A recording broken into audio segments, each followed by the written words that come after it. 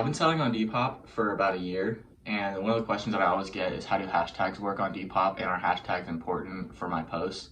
And the answer I have to that is yes, hashtags are extremely important. A while ago, Depop used to let you use as many hashtags as you want, but now they limit the amount of hashtags you can use to 5, just so that people don't spam all the hashtags, and that things aren't, an item that you're posting is actually representative of the hashtags you're using. So what I wanted to give you guys information on is how to use hashtags effectively to grow your Depop shop and how hashtags work on Depop.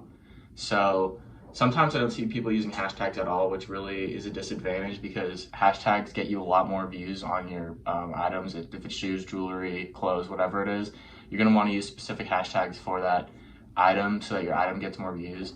In some cases, if it's like a vintage item, you use a hashtag like vintage Depop.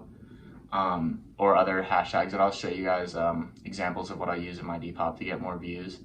But what you're going to want to do is pretend that the person is about to go into the search bar of Depop, and that you have to think about how they would search for your item. So if you have a blue sweater, let's say a blue champion sweater, you're going to want to put hashtag blue champion sweater, hashtag champion sweater, hashtag champion, things that go along with the item but can also be found through multiple searches of the item depending on like what the person is searching. So like if someone, like you could put hashtag blue sweater, so someone who Googles or enters it into their Depop search bar, blue sweater, then your item will be the first one that comes up because that is the hashtag that matches it. Rather than somebody who might post a blue champion sweater but don't hashtag it or even label it in the description that it's a blue champion sweater, they won't be able to find it because it doesn't come up on the Depop listings. So hashtags are very important to get your items seen, and making sure to use the right ones are very important.